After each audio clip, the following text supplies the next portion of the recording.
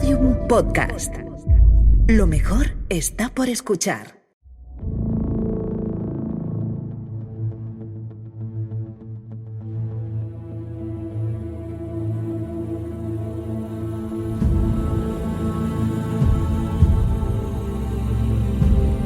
Si te pido que imagines a un soldado romano arquetípico, seguro que en la mano lleva una de las espadas más famosas de la antigüedad, si no la que más, el Gladius Hispaniensis, el símbolo absoluto del poder de Roma, el instrumento con el que las legiones de la República conquistaron el Mediterráneo. Hoy te propongo un viaje por su historia. ¿Cuándo la adoptaron? ¿Cuántos tipos hay? ¿Realmente es Hispaniensis? ¿De dónde viene? Dejaremos a un lado los mitos hollywoodienses para meternos en el barro de la arqueología y en los debates que han provocado tortas entre los académicos durante años. Te doy la bienvenida a Roma a Eterna. Roma a Eterna, una producción de Podium Podcast con Iván Martín.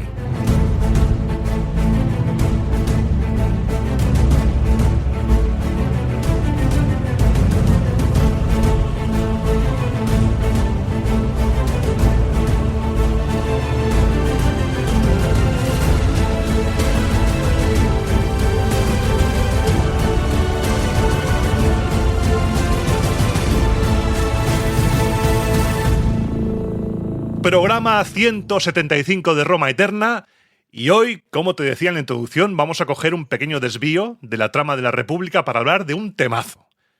Un temazo que, debo confesarte, no era el original que tenía previsto. Ya te dije en la sección sin música del programa anterior que yo quería hablar de la Segunda Guerra Púnica, hacer un breve resumen, consecuencias, temas que quizás se quedaron sin resolver, misterios, que de eso ya hablaremos otro día, porque a medida que me iba documentando, el Gladius me miraba con ojitos tiernos. Me miraba así como diciendo, hola, ¿qué tal? Así que hoy, querido lobo, querida loba, desenvaina tu Gladius, porque toca hacer un monográfico intenso, esquizofrénico como nos gusta, sobre el arma que marcó el destino del Mediterráneo, sobre el Gladius Hispaniensis. ¿Un programa entero para una espada? Sí. ¿Estás loco? Sí, pero no huyas, porque lo que vas a escuchar es muy importante. Vamos a hablar de fuentes literarias, vamos a hablar de arqueología, de idas de olla que se repiten una y otra vez y de mucha incerteza, porque en estos temas desconocemos mucho más de lo que sabemos.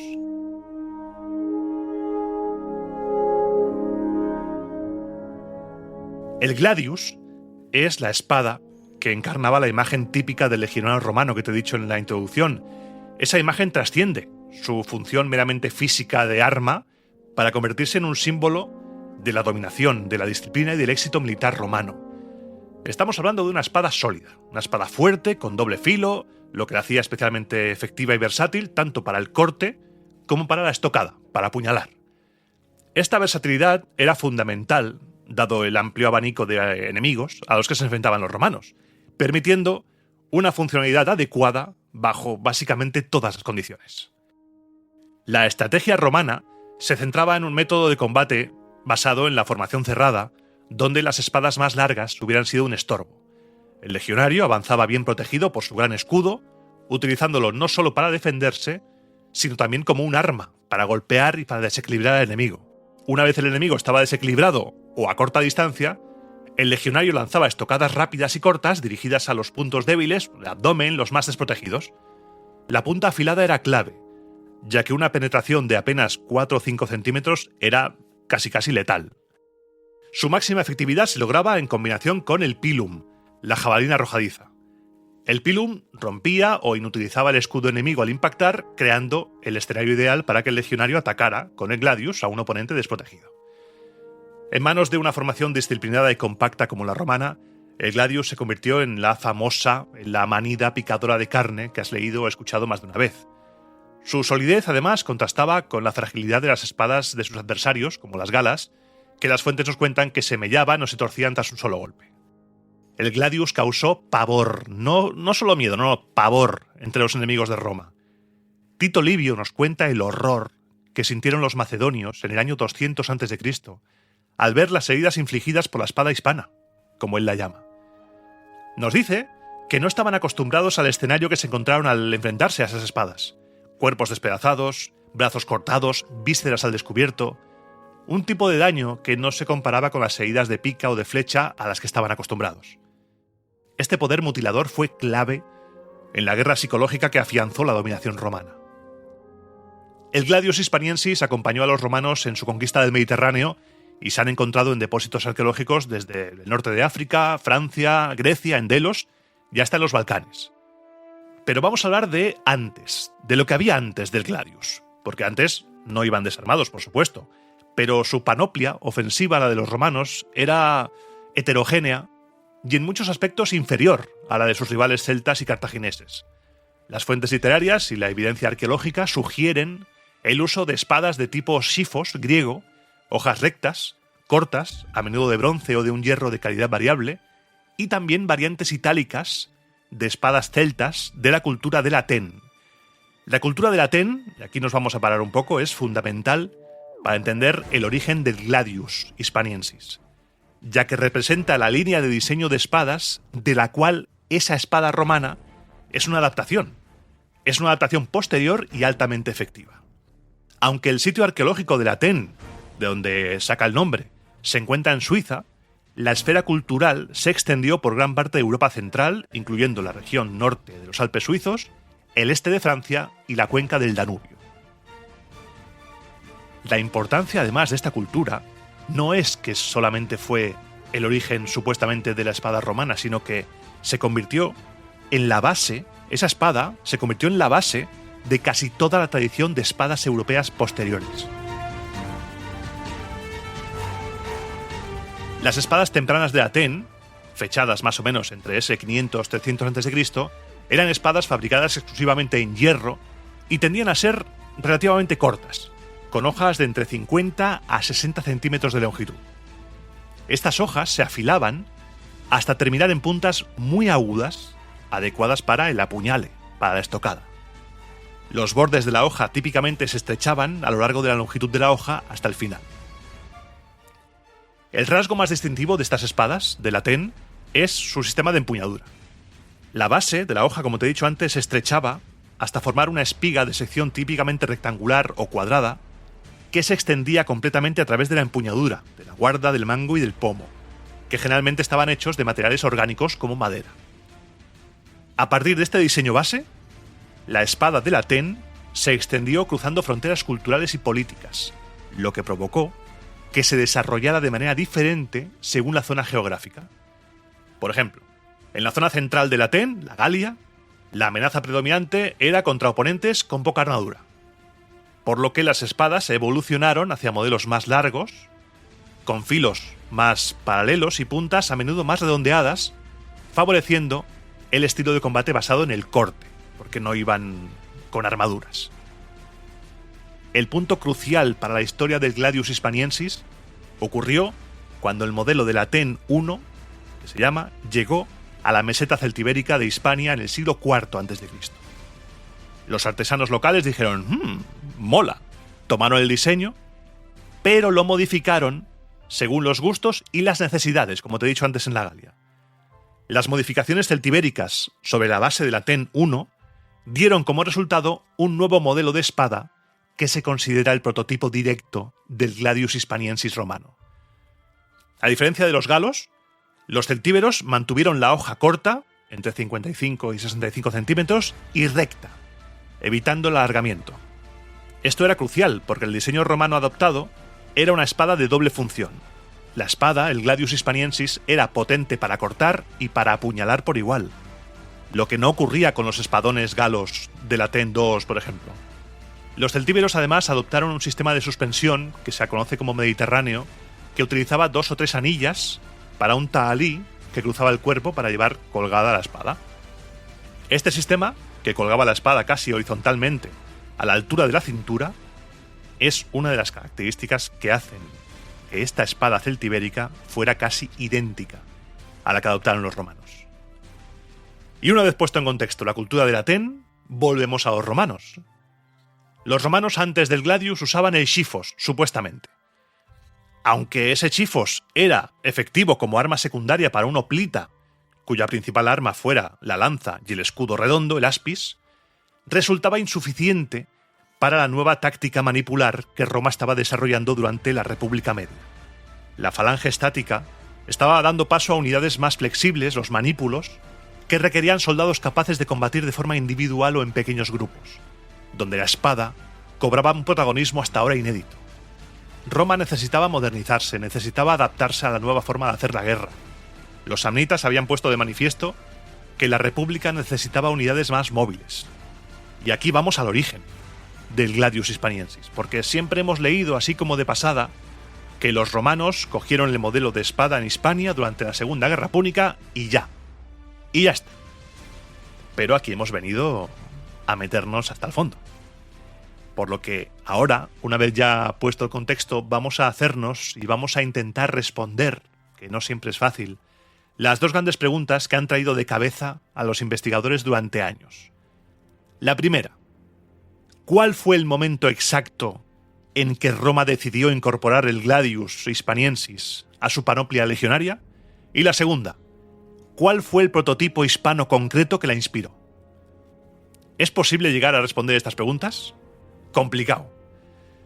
El problema es que hasta hace casi 4 días la arqueología no nos ayudaba mucho.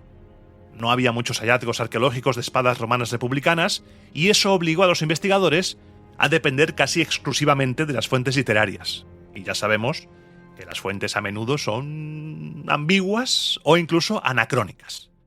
A partir de esas fuentes, los especialistas, los expertos decían: pues a mí me parece que tal, o a mí me parece que cual. Y así iban haciendo. Íbamos ahí repitiendo lo que decía uno, lo que decía otro, y así se hace la historia antigua, amigos. Con consensos. A base de que los especialistas, si no hay más pruebas, digan: pues a mí me parece esto. Y que los especialistas digan: pues me parece bien. Y así se construye eso. Centrémonos primero en el cuándo. La cuestión de la fecha nos plantea al menos 2 hipótesis principales, interesantes las dos, y que te voy a desgranar, por supuesto. Primero tenemos la hipótesis que llamamos temprana. Esta hipótesis plantea que el Gladius Hispaniensis ya estaba entre el equipo legionario antes de la Segunda Guerra Púnica y que fue adoptada concretamente durante las campañas contra los galos en Italia alrededor del año 225 a.C. ¿En qué se basa esta hipótesis? Pues básicamente se basa en Polibio, en su relato de la batalla de Telamón, el choque brutal contra la invasión gala en el 225. Polibio hace una descripción muy técnica del armamento. Polibio es la fuente más fiable en cuanto a temas bélicos de lejos. Nos dice que mientras las espadas galas eran frágiles, se mellaban y se doblaban al primer golpe, obligando al guerrero galo a enderezarlas con el pie en medio del combate, la espada romana era diferente. La describe como un arma muy sólida, fuerte y que no se torcía con el impacto. Además, especifica que los romanos la usaban no de filo, sino de punta. Te cito textualmente. La usaban para apuñalar, pero no dice que la espada fuera hecha para apuñalar y no para cortar. Nos dice que, en ese momento, los romanos usaban esa táctica para cargarse a los galos. Algunos historiadores, como Wallbank, han ido más atrás, incluso sugiriendo que la influencia pudo llegar durante la Primera Guerra Púnica a través de los mercenarios ibéricos de Cartago. Suena bien, ¿no? Una espada sólida que no se dobla, parece el Gladius. Sin embargo, la mayoría de los investigadores actuales rechazan esa hipótesis por 4 razones básicamente que hacen que no sea tan fuerte como parece. Primero, Polibio alaba la estocada, la punta, pero no dice nada del uso, como corte. Los romanos usaron, como te he dicho antes, esa estrategia, pero como adaptación al combate, no sabemos cómo cortaba. Y como te he dicho, la cualidad esencial e innegociable del Gladius Hispaniensis era su multifuncionalidad. Sirve para apuñalar, sí, pero también debe servir para cortar. Después, si aceptamos la fecha del 225 a.C., entramos en conflicto directo con otra gran fuente, con la gran fuente de todo esto, la gran fuente escrita, el fragmento 96 de la Suda bizantina, que dice explícitamente que los romanos cambiaron sus armas desde las guerras de Aníbal, es decir, después. Luego tenemos que lo más probable es que esa arma sólida de la que habla Polibio en Telamón fuera el modelo anterior, una espada corta, similar al xifos griego, diseñada más bien para pinchar para estocar. Era buena, era sólida, pero no era la Hispaniensis. Y como última razón es tener cuidado con las fuentes. A veces hay anacronismos. Autores como Tito Livio, Claudio Quadrigario y Aulo Gelio a veces usan el término Gladius Hispaniensis para describir armas utilizadas en combates del siglo IV. La investigación sugiere que usan el nombre como un adjetivo de calidad, como decir, esta espada es de acero toledano, es buenísima, para darle prestigio al relato, no porque el arma existiera realmente en esa época. Por tanto, la conclusión a la que ha llegado la investigación es que en Telamón los romanos aún usaban su viejo modelo de espada. La verdadera revolución, la incorporación del corte, llegaría pocos años después, forzada por la necesidad durante la guerra contra Aníbal, que es lo que defiende la otra gran hipótesis, la que se llama adopción tardía. Esta es la hipótesis que defienden la mayoría de expertos, y sitúa el cambio de armamento en el momento más crítico de la historia de Roma, el momento que acabamos de salir en el podcast, durante o inmediatamente después de la Segunda Guerra Púnica entre el 218 a.C. y el 202. ¿Por qué es la más sólida? Porque es la única que logra conciliar la falta de hallazgos arqueológicos con lo que nos dicen las fuentes antiguas literarias más explícitas. El fragmento 96 de la Suda, que aunque es tardío, bebe de fuentes de la época como Polibio, es el único texto que no se anda con rodeos y lo dice explícitamente. Dice que los romanos abandonaron las espadas de sus padres y cambiaron sus armas por las de los íberos desde las guerras con Aníbal. El texto incluso nos da un detalle fascinante. Dice que la intención era copiar la forma de la espada, pero admite que los herreros romanos no fueron capaces de replicarla 100%, y cito textualmente de la traducción, porque no pudieron replicar la bondad del hierro y el esmero de los demás detalles. La Suda nos dice esto, y ahora vamos a sumarlo con lo que dice Tito Livio. Tito Livio primero nos dice en Cannas que los galos y los hispanos tenían escudos casi de idéntica forma, mientras que las espadas se diferenciaban en forma y tamaño. Las de los galos, muy largas y sin punta, y las de los hispanos, manejables por lo cortas y con punta, pues estaban acostumbrados a atacar al enemigo clavando más que dando tajos. Y después, cuando nos habla, durante la Segunda Guerra Macedónica en el año 200, del horror que vieron los macedonios. Antes te lo conté, pero ahora te lo voy a leer textualmente. Filipo, convencido de que ganaría algo en el afecto de sus hombres y por ello en su disposición a arrostrar el peligro, si se preocupaba de que se diera sepultura a los jinetes que habían caído en la expedición, mandó que los llevaran al campamento a fin de que todos presenciaran las honras fúnebres. Pero no hay nada tan poco seguro ni tan imprevisible como los sentimientos de la masa.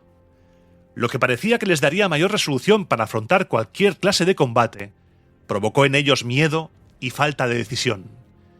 Y es que, acostumbrados a luchar contra griegos e ilirios, habían visto heridas producidas por jabalinas, flechas y rara vez lanzas. Pero cuando vieron los cuerpos mutilados por la espada hispana, con los brazos cortados con hombro y todo, los cuellos seccionados por completo con las cabezas separadas del tronco, las vísceras al aire y otras horribles heridas, se daban cuenta, en una reacción general de pánico, de la clase de armas y guerreros con que iban a tener que combatir. Incluso el propio rey, que no se había enfrentado aún a los romanos en una batalla en regla, quedó asustado. Si este texto de Tito Livio es verdad, que ese ya es un gran debate, demostraría que para el año 200 a.C., el arma, el Gladius Hispaniensis, ya estaba plenamente integrada y operativa en las legiones romanas. Por eso la hipótesis tardía es la favorita. Primero porque resuelve la paradoja de Polibio de la espada de Telamón. Porque si solo pinchaba no podía ser el Hispaniensis, pero no sabemos si cortaba. El cambio tuvo que venir después. Y segundo, porque la arqueología lo respalda. Los ejemplares más antiguos encontrados en Smithel, en Eslovenia, datan del 175 a.C., lo que encaja perfectamente con una adopción generalizada durante o tras la guerra con Aníbal.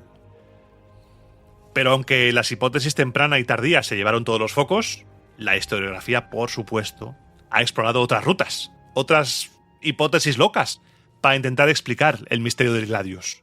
Locas o no tan locas. Actualmente se consideran poco probables, o directamente se descartan, pero necesitamos conocerlas para entender la complejidad del debate, porque estamos ante un follón tremendo esto de la espada, ¿eh? Lo que da de sí una espada es increíble. Tenemos, por ejemplo, la hipótesis de Walbank de la Primera Guerra Púnica. Los que defienden esta hipótesis sugieren que Roma no esperó a la guerra con Aníbal, sino que pudo haber copiado el arma durante la Primera Guerra Púnica.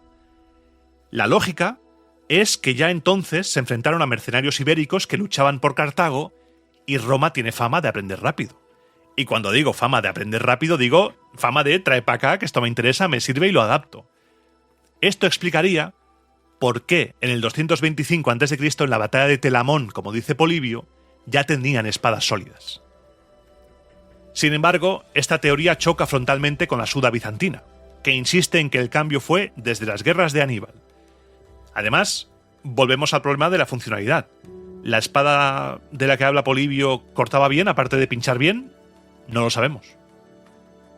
Luego tenemos otra hipótesis que surgió fruto de una corriente que apareció en el siglo XX a principios, que era escéptica, liderada por el ingeniero inglés Horace Sanders.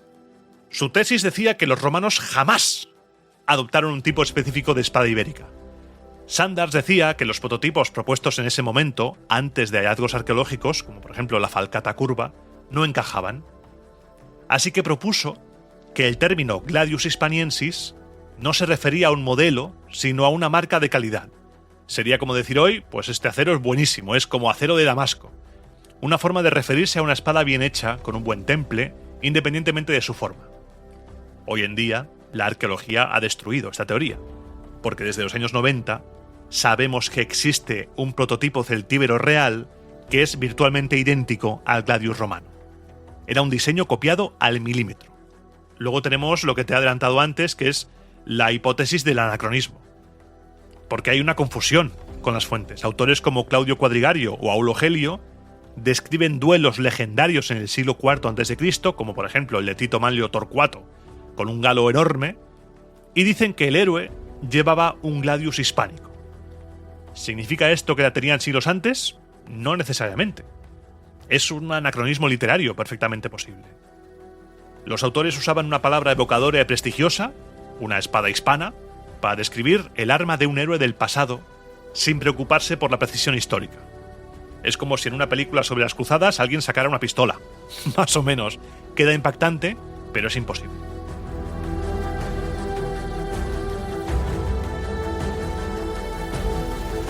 Y ahora que más o menos nos hemos puesto de acuerdo en el momento de la adopción del Gladius, ¿qué te parece si vamos con el otro gran melonazo? Lo adoptaron, vale. Lo adoptaron en un momento entre la Segunda Guerra Púnica y la Segunda Guerra Macedónica. Podemos estar de acuerdo en eso. También podemos estar de acuerdo en que fue una evolución. No se pasa de una espada a otra de la noche a la mañana. A veces sí, cuando consigues armas del enemigo las vas adaptando. Sí, esto es un proceso largo de adaptación. Vale. ¿Es hispana? ¿Era hispaniensis? La identificación del prototipo hispano del Gladius Hispaniensis romano fue uno de los debates más complejos, prolongados y seguramente violentos en el estudio del armamento romano, ya que antes de 1990 no había casi hallazgos arqueológicos definitivos de la espada republicana. No había nada donde agarrarse casi, por lo que se obligaba a los académicos a basarse en los textos. Textos que ya hemos visto que de ayuda a veces no son. Porque sí que es verdad que tampoco podemos coger a la Suda bizantina como la gran verdad. Hay que intentar siempre darle la vuelta y a ver si tenemos pruebas. Antes de que la arqueología nos permitiera definir la morfología del Gladius Hispaniensis, se propusieron principalmente 3 espadas peninsulares como posibles candidatas para el modelo copiado por Roma. Te las voy a presentar todas, a ver qué opinas, vamos a ver por qué se descartan, por qué las pusieron, y la primera de ellas es la falcata ibérica. Seguro que has leído que el Gladius Hispaniensis viene de la falcata ibérica. La falcata fue la espada ibérica por excelencia y una de las primeras y más persistentes candidatas propuestas como precursora del Gladius Hispaniensis. A su favor está el poder mutilador. La falcata es genial para causar heridas como las que narra Tito Livio en la Segunda Guerra Macedónica. Pero el Gladius Hispaniensis es una hoja recta y la falcata es un sable curvo con perfil en S invertida. No tiene ninguna característica formal en común con la espada romana. Pero aunque sea curva, posee un filo dorsal en el último tercio de la hoja que la hacía apta para golpes punzantes, además de cortantes, lo cual se ajusta a la descripción del arma adoptada por Roma, pero seguimos teniendo el problema de que sea curva. También se defendió la falcata porque algunos modelos utilizaban vainas de armazón metálico, lo que se consideraba posible precedente para la vaina de cuero con nervaduras de hierro del gladius romano. Luego tenemos la espada de frontón. El marqués de Cerralbo propuso la espada de frontón como candidata basándose en la observación de un ejemplar bien conservado. Era una espada corta, de hoja ancha y recta, que parece una hoja de afeitar gigante, con una punta aguzada que la hacía apta para ser cortante y para ser punzante. Parecía encajar todo salvo la cronología. Era un tipo de espada muy antiguo de la panoplia íbera, utilizada desde el siglo V a.C. hasta el IV, momento en el que había sido sustituida por la falcata, y por lo tanto se cree que en ese momento desapareció del uso generalizado, un siglo antes de la probable fecha de adopción romana. El tamaño de la hoja también era muy distinto, era más ancha y más corta que el gladius, así que también se descartó. Luego tenemos la espada de antenas atrofiadas. Esta espada corta celtíbera fue considerada por Schulten y posteriormente por Connolly y por Feuger como el prototipo más plausible, hasta que los hallazgos más allá del 90 forzaron su descarte. Era el único tipo de espada celtibérica que presentaba una capacidad tajante por su tipo de hoja y que se utilizaba en la meseta de la Celtiberia durante los siglos III y II a.C. La cronología encaja. El problema era muy corta. La longitud media de su hoja era de 34,4 centímetros, casi la mitad de la longitud del Gladius Hispaniensis romano. Siendo tan pequeña, no puede ser usada para lanzar tajos. Además, los Gladius Hispaniensis que conocemos no tienen el pomo de antenas característico de esta espada. De ahí tiene su nombre, por lo que no puede ser tampoco. Luego tenemos la espada celta de Latén. Una espada que causó polémica, porque antes de los descubrimientos de espadas republicanas con contextos datados, como por ejemplo Delos 69 a.C. o Smigel 175 a.C., esa idea causaba polémica. A pesar de que el Gladius Hispaniensis era claramente parte de la familia de espadas de Latén, los críticos decían que una distancia de casi un siglo separaba las verdaderas espadas de Latén de la presencia romana en Iberia y que el modelo de Latén era muy raro en la península como para haberse copiado. Pero la espada de Latén I tenía una hoja recta, era corta y puntiaguda, por lo que, una vez perfeccionada por los celtíberos, se adaptaba perfectamente a la exigencia romana de ser un arma sólida y fuerte, capaz de hacer los estropicios que nos describía Tito Livio en la Segunda Guerra Macedónica. A partir de la década de 1990, la arqueología revolucionó el estudio del Gladius Hispaniensis al proporcionar por fin suficientes evidencias materiales para definir con precisión la morfología y la cronología de la espada romana republicana, lo que hasta entonces había sido imposible y había sido todo humo y todo especulación.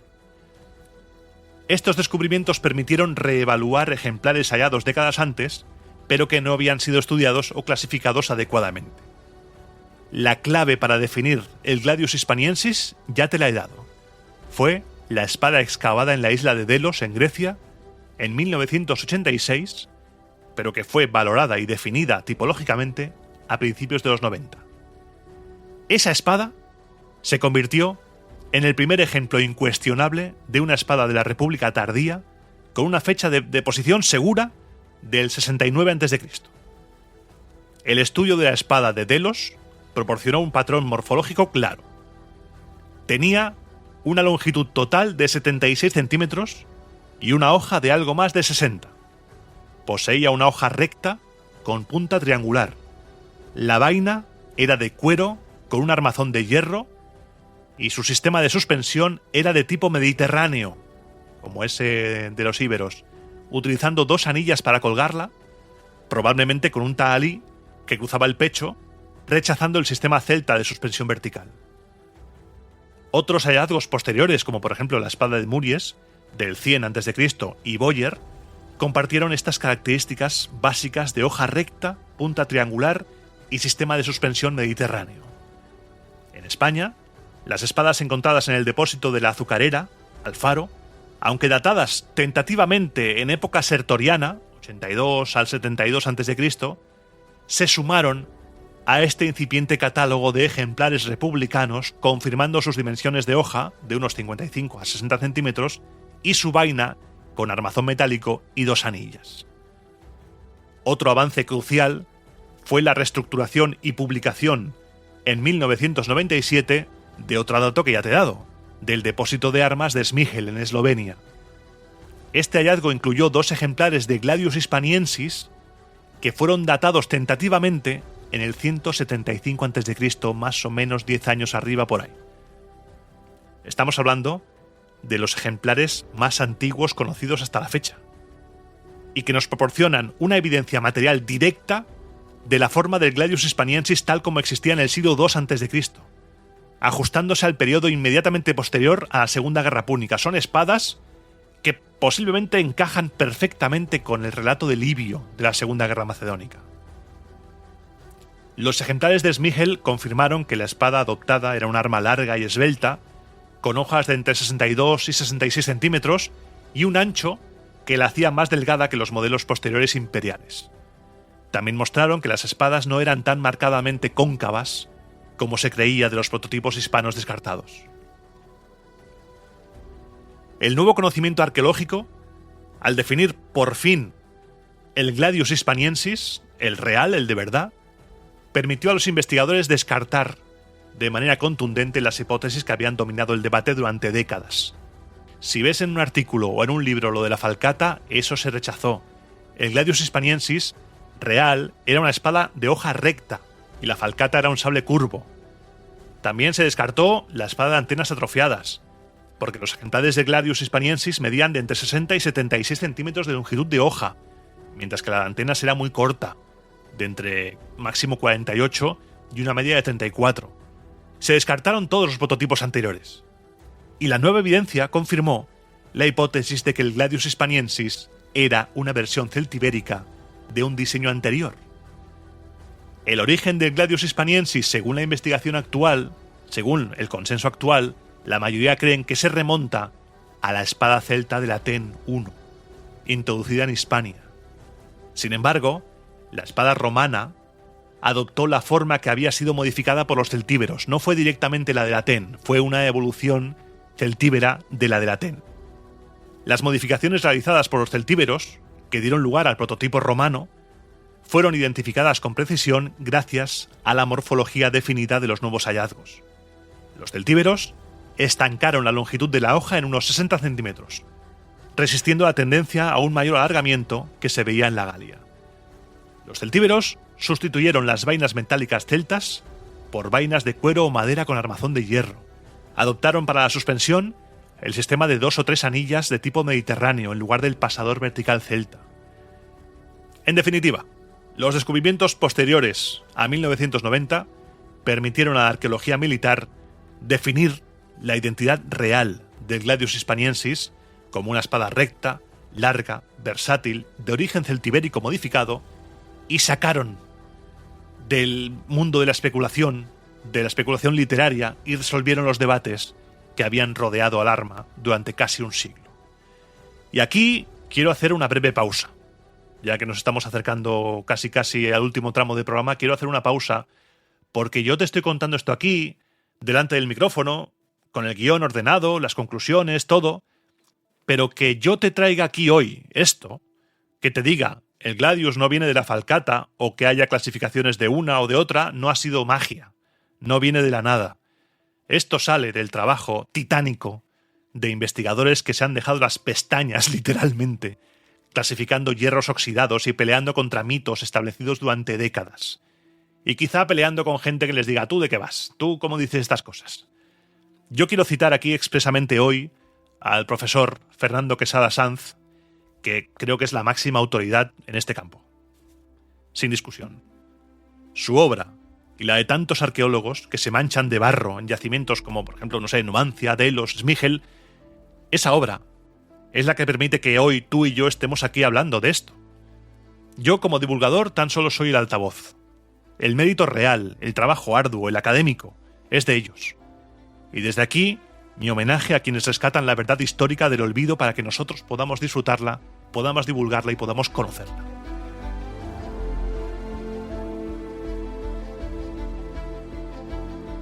Sabemos que el Gladius Hispaniensis fue la espada estándar de las legiones romanas durante los siglos II y I a.C., porque la arqueología nos ha proporcionado un mapa físico de la expansión republicana a través de hallazgos con datación segura. Si seguimos el rastro de las legiones, encontramos esta arma en cada escenario de conflicto. A mediados del siglo II a.C., la espada aparece desde el depósito de armas de Efira, en Grecia, fechado en el 167 a.C., hasta los famosos campamentos del asedio de Numancia y Renieblas en España, del 133 a.C., pasando incluso por el norte de África con el hallazgo de Suma en Argelia. A medida que avanzamos hacia el siglo I a.C., en plena época de las guerras civiles, la evidencia se multiplica. En Hispania tenemos, por ejemplo, el tesoro de Cáceres el Viejo del año 80 a.C. y algunos otros depósitos vinculados a las guerras sertorianas. Sin embargo, el hallazgo fundamental, no me voy a cansar de repetirlo, aquel que permitió a los arqueólogos definir el tipo sin dudas, proviene de Delos, en Grecia, año 69 a.C. La vigencia del arma se mantiene hasta el final de la República, apareciendo también en el asedio de Alesia por parte de Julio César en el 52 a.C. y en contextos cesarianos fechados en el 46 a.C. en Osuna. Pero, aunque Roma sea eterna, la tecnología militar no lo es. Hacia finales del siglo I a.C., coincidiendo con la transición de la República al Imperio, el Gladius Hispaniensis comenzó su declive. Alrededor del año 20 a.C., empezamos a ver la transición hacia diseños más evolucionados. De hecho, el hallazgo de Berry-Buy en Francia, fechado en esa época, se considera uno de los últimos ejemplos supervivientes de ese modelo clásico de Hispaniensis. A partir de ahí, su vida útil como arma estándar termina dando paso a nuevas variantes. Porque para comprender la historia militar romana, es vital también entender la evolución, que no todo es fijo, y también es vital saber que existieron 3 tipos esenciales de gladius, fechados, catalogados, que reflejan una adaptación constante a las tácticas y a los enemigos. El primero de ellos es el protagonista de hoy, el Gladius Hispaniensis, o tipo republicano. Fue el modelo estandarizado que la legión adoptó de los celtíberos a finales del siglo III a.C. Se distinguía por ser el más grande de la familia de los gladius, con una hoja que oscilaba entre 60 y 70 centímetros, a veces llegando a 76. Los filos no eran paralelos, a veces tenía una forma ligeramente pistiliforme o acinturada, y remataba en una punta larga y potente para apuñalar. Era un arma total, versátil, devastadora, diseñada tanto para cortar como para apuñalar. La evolución directa de este arma llegó con el gladius que llamamos de tipo Mainz, surgido a finales del siglo I a.C. y predominante durante la época de Augusto. Aquí ya vemos un cambio. La espada se hizo notablemente más corta, con una media de 50 centímetros, pero más ancha en su base. Su característica principal era una hoja triangular, con filos convergentes y una punta larguísima y aguda. Este diseño sacrificaba algo de alcance para optimizar el equilibrio y aumentar brutalmente el poder de penetración, algo necesario en una época de guerras civiles en la que luchas contra enemigos bien protegidos. Finalmente, a partir del siglo I, ya de nuestra era, se impuso el gladius que conocemos como de tipo Pompeya. Este modelo representa la estandarización imperial definitiva. Si piensas en el Imperio Romano, es esta espada. El tipo Pompeya, el que te va a salir en Google, seguro. Era la variante más corta, de entre 42 y 50 centímetros, y se reconoce fácilmente, es muy icónica por sus filos rectos y paralelos que terminan en una punta triangular muy corta. Este cambio es básicamente por razones económicas. Es más sencillo de fabricar, pero también tenía su razón táctica. Su punta corta, según se ha llegado a la conclusión por la investigación, evitaba que la hoja se atascara en las costillas del oponente, favoreciendo un estilo de combate rápido y punzante contra enemigos que, en las fronteras del imperio, a menudo carecían de armadura pesada. El final de la vida operativa del gladius se sitúa en la segunda mitad del siglo II, después de Cristo más o menos, momento en el cual fue progresivamente sustituido por la espada. La principal razón para el abandono del gladius se encuentra en un cambio fundamental tanto en el entorno de amenazas como en las tácticas militares romanas. Durante los siglos I y II de nuestra era, el gladius, diseñado para la estocada controlada contra oponentes fuertemente acorazados, se había optimizado para las guerras civiles, donde la principal amenaza era otro legionario bien blindado. Sin embargo, a medida que el imperio avanzaba hacia el siglo III, la amenaza principal cambió. La creciente importancia estratégica de la caballería en las regiones fronterizas requería un arma con mayor alcance. Las legiones se enfrentaron cada vez más a enemigos externos menos blindados, como los pueblos germánicos, lo que hizo que la especialización en la estocada contra la coraza fuera menos crítica. En este nuevo panorama, el gladius, concebido para la lucha compacta y cercana de la infantería, se volvió menos práctico. La sustitución por la espada se produjo de forma gradual, extendiéndose a lo largo de los siglos I y III, y estaba inspirada en las espadas largas utilizadas por las tribus celtas al norte de los Alpes, en la Galia y en Germania. Sus características definitorias eran su notable longitud y su diseño, más orientado al corte. Las hojas de la espada medían entre 70 y 100 centímetros de largo, siendo mucho más largas que los 40-50 centímetros del gladius Pompeya. Poseía filos paralelos y a menudo una ranura central para controlar el peso, y al tener mayor alcance, permitía golpes de corte más efectivos desde el lomo del caballo, lo que la hacía ideal para los jinetes. Poco a poco se iba abandonando la lucha cuerpo a cuerpo a corta distancia, donde el gladius era imbatible, en favor de una lucha a mayor distancia y con golpes más de filo. Este cambio táctico se vio también en el reemplazo de los pila, de las jabalinas, por lanzas más largas. Para el siglo III, la espada había reemplazado ya casi al gladius para la mayoría de las tropas, tanto de infantería como de caballería.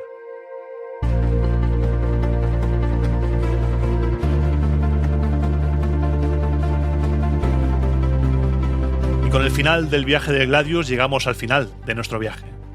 Y he querido dejar claro que para entender la magnitud del gladius hispaniensis debemos verlo como el resultado final de un largo viaje tanto tecnológico como cultural. La historia del armamento romano y la historia de Roma en general es la historia de su pragmatismo.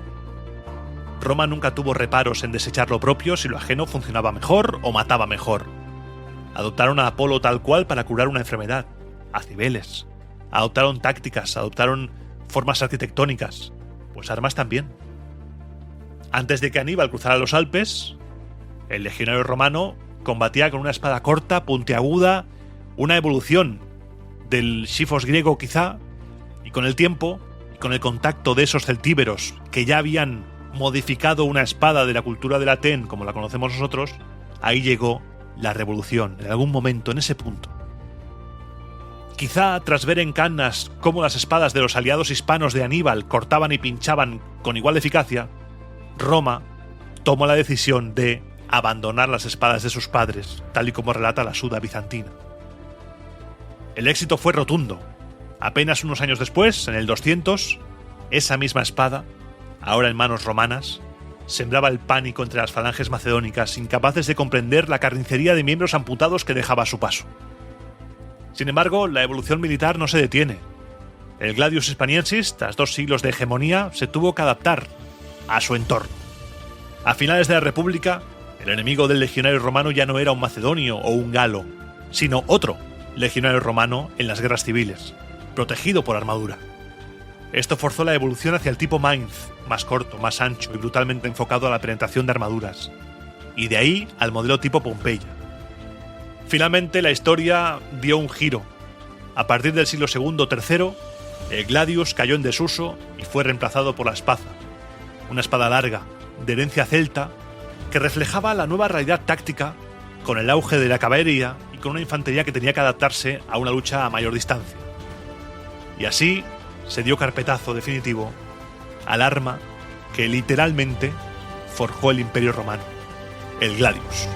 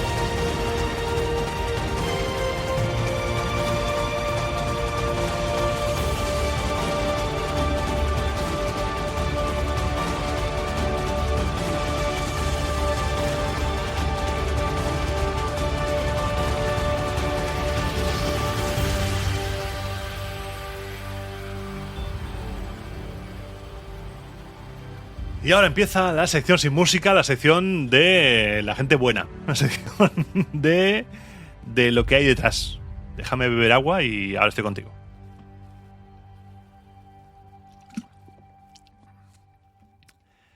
Pues sí, como te decía en la introducción casi del programa, mi plan no era hacer este programa. Mi plan era hacer un programa dedicado a, pues, un resumen global de la Segunda Guerra Púnica, pues por ejemplo hablar del capital humano, de la capacidad de Roma para generar ejércitos, qué fue de la flota cartaginesa.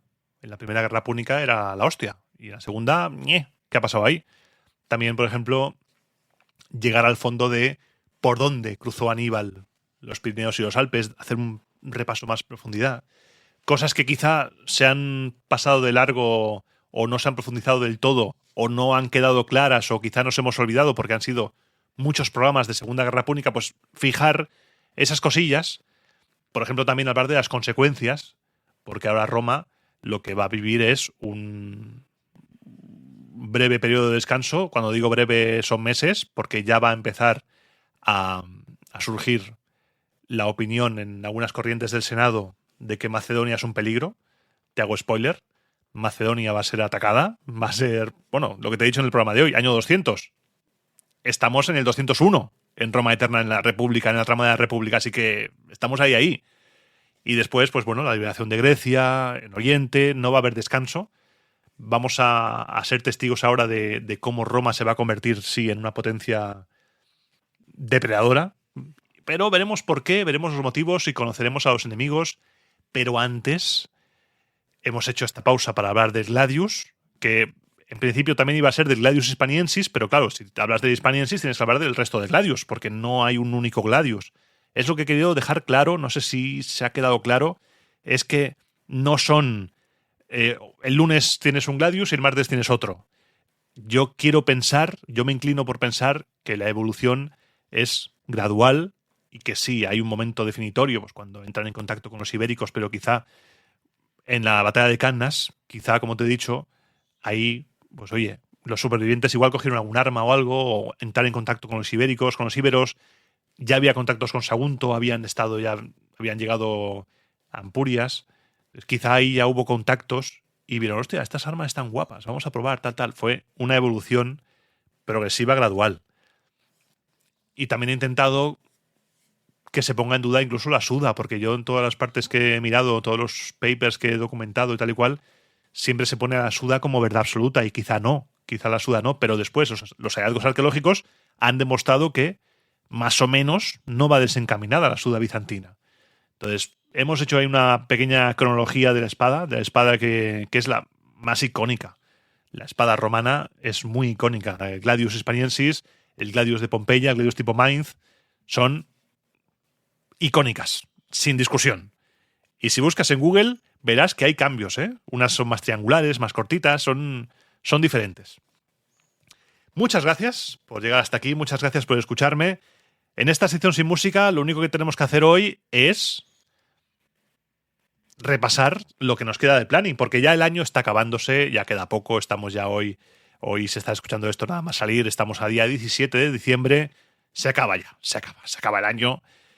Y mi plan, salvo que esté documentándome y de repente salga otra cosa, mi plan es, la semana que viene para Nochebuena, va a haber programa, por supuesto, y como ya te adelanté la semana pasada, el programa va a ser sobre Aníbal, hijo de Amílcar. Quiero hacer una biografía de Aníbal, intentar ir más allá de los mitos, del mito de la imagen que nos han dejado los romanos, intentar, si se puede, que es muy complicado, hacer una biografía, un monográfico sobre Aníbal, como este que hemos hecho de la espada, pero con Aníbal, y también hablando de su final. Eso va a ser bonito. Y para Nochevieja, carreras, como te dije. Carreras de carros, equipos, los colores, todo. Aficiones, apuestas, lugares, todo.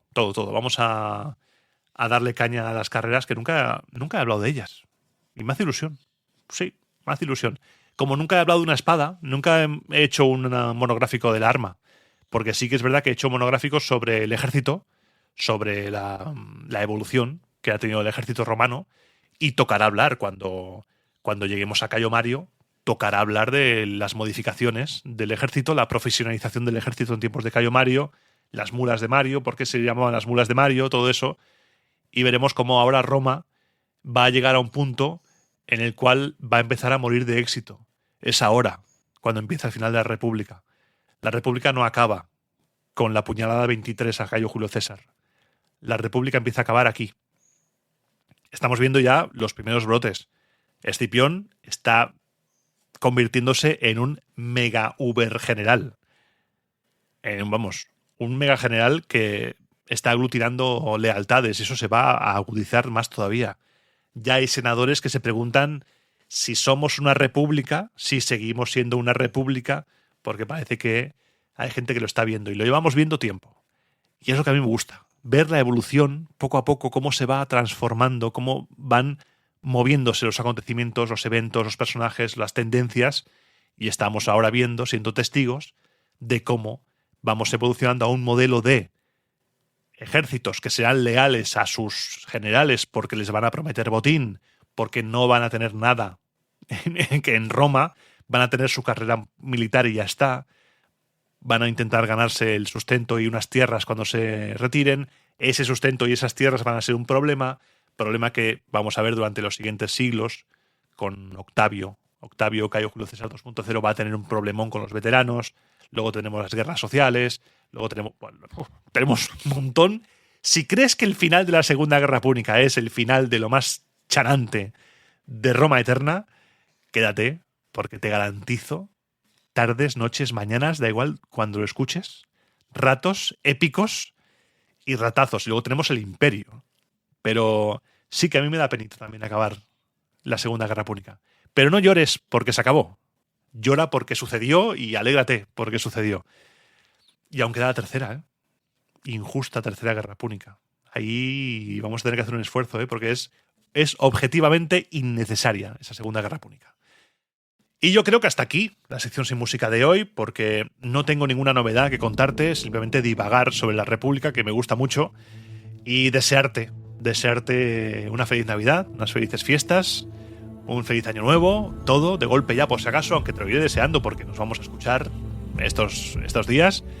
Y también decirte que compartas el podcast, que te suscribas si no lo has hecho ya, que si quieres puedes apoyar económicamente, si quieres y puedes, a través de el botoncito azul de iVoox, a través de Ko-fi o a través de Patreon, patreon.com Iván Martín, donde voy subiendo los programas en abierto, están ahí todos, y donde voy a ir subiendo, por ejemplo, hoy, para este programa, voy a subir durante esta semana 2 papers y documentación en la que me he basado para hacer este programa.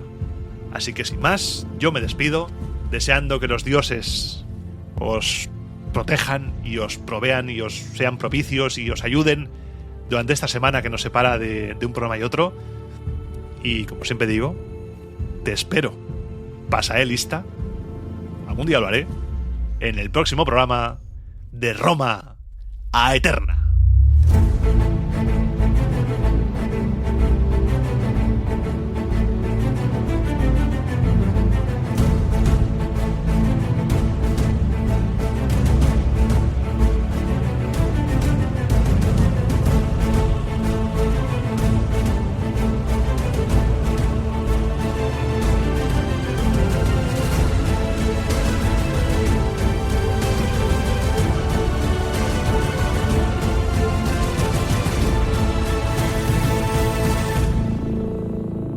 Y si has llegado hasta aquí, hasta el final, déjame en comentarios, ¿tú eres más de turrones o de polvorones o de barquillos, nevaditos? ¿Qué te gusta más? Ese va a ser nuestro lenguaje en clave para este programa. ¿Qué te gusta más? Yo soy muy fan de los nevaditos y por eso no compro. Porque si compro, madre mía, muerte. Si compro, caen a pares. Y también me gustan los barquillos, las neulas. Me gustan mucho, me flipan las neulas. Así que déjame qué te gusta más en comentarios. Un abrazo y te espero en el siguiente. Adiós.